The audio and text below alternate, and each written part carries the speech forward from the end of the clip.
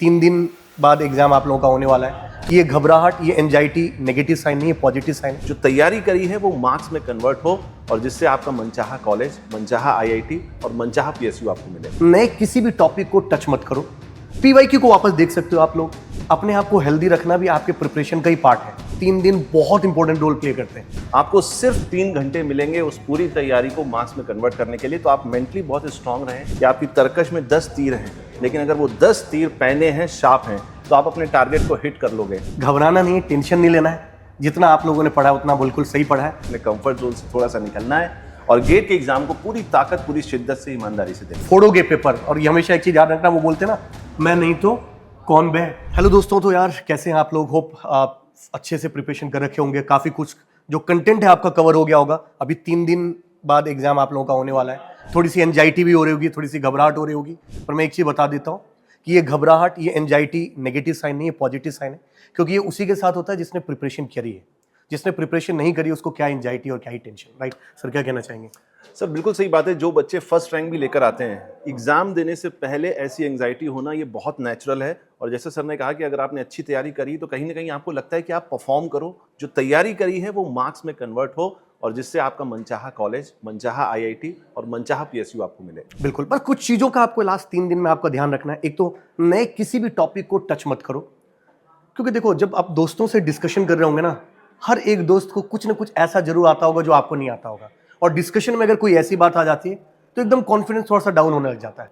तो technical discussion ना करो, वही ज्यादा बेटर है। जितना आपने पढ़ा, जितने पूरे साल भर आपने मेहनत करी, that is more than sufficient.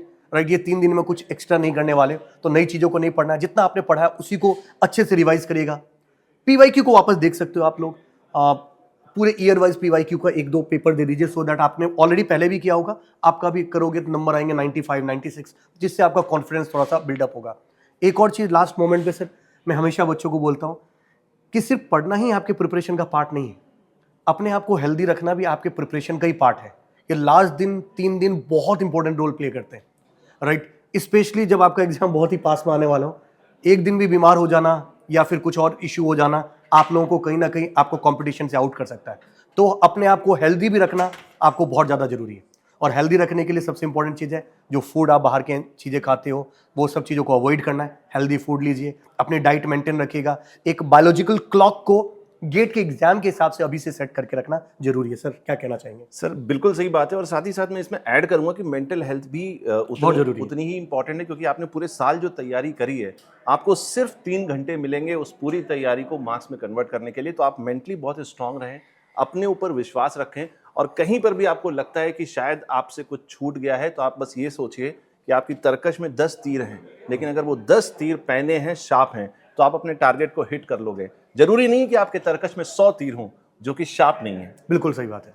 बिल्कुल, तो यार सर ने बहुत ही जबरदस्त बोला, तर्कश वाली बात, मजा आ गया सर। और एक चीज और बता देता हूँ, अब घबराना नहीं है, टेंशन नहीं लेना है। जितना आप लोगों ने पढ़ा है उतना बिल्कुल सही पढ़ा है। और अपना देखो यार, अब मर थोड़ी जाना भाई, एग्जाम ही तो है। तो एग्जाम ही है, तो उस एग्जाम को एग्जाम ही मानना है। आपने बहुत अच्छे से पढ़ा है, अपना बेस्ट दे के आना है। कुल मिला के ये है कि अब 3 दिन तक थोड़े से मेंटेन रखो, हाइड्रेटेड रहो। बस इन सब चीज़ों का ध्यान रखिए, रिवाइज करते रहिए। छोटी छोटी चीज़ें बारीकियां, बस उन सब चीज़ों को फॉलो करो। बाकी का बेस्ट चीज़ है यार। और तो हम हमेशा बोलते ही हैं कि विजय भवा। राइट, क्या कहना चाहेंगे सर आप? बिल्कुल सर। सर कुछ नहीं करना है बच्चों को, बस रजाई से थोड़ा सा दूर रहना है। अगर आप रजाई से दूर रहेंगे, कहने का मतलब ये है कि अपने कंफर्ट जोन से थोड़ा सा निकलना है और गेट के एग्जाम को पूरी ताकत, पूरी शिद्दत से, ईमानदारी से देना है। अच्छा, एक छोटा सा पॉइंट और ऐड करना चाहता हूँ। यार सेंटर हो सकता है कि क्योंकि आपका अभी भी रिसेंटली आया हो, आप लोग कभी गए नहीं हो। ये इसलिए बता रहा हूँ क्योंकि लास्ट ईयर एक बच्चे का इसकी वजह से एग्जाम खराब हुआ था। उसको लगा कि सेंटर ठीक है, मैं चला जाऊंगा। और वो सेंटर, जो लोकेशन वो अपने हिसाब से सोच रहा था, वो लोकेशन और एक्चुअल लोकेशन में काफी डिफरेंस था। वो इतना पैनिक हो गया पहुंचते टाइम, उसका पेपर बिगड़ गया। थैंक गॉड कि उसने 2 पेपर में रखा था। डीए की वजह से वो आईआईटी कानपुर में भी पढ़ रहा है। तो आप लोगों का कोई सेंटर अगर दूर है तो उस सेंटर के आसपास होने की पूरा एग्जैक्ट जियोग्राफी उस सेंटर का आपको पता होना चाहिए। एडमिट कार्ड भूल मत जाना भाई, एडमिट कार्ड आपके साथ होना चाहिए। एक आधार कार्ड अपने साथ होना चाहिए। वाटर बोतल लेके जा रहे हो तो ट्रांसपेरेंट होनी चाहिए। पेंसिल वेंसिल जो आप वैसे तो सेंटर में मिलता ही है, बट अपने हिसाब से जो आपकी व्यवस्था है वो सारी चीजें करके जाइएगा। राइट, और मैं तो पहले सजेस्ट करूंगा कि एक दिन पहले ही जाके सेंटर देखाओ कि कहां पर सेंटर है, क्या चीज है, ताकि आपको कोई टेंशन ना हो चीज को लेके। राइट, तो होप आप लोगों को सब कुछ अब क्लियर ही होगा और आप लोगों की प्रिपरेशन अच्छी है। विश्वास रखिए, बहुत ही अच्छी है।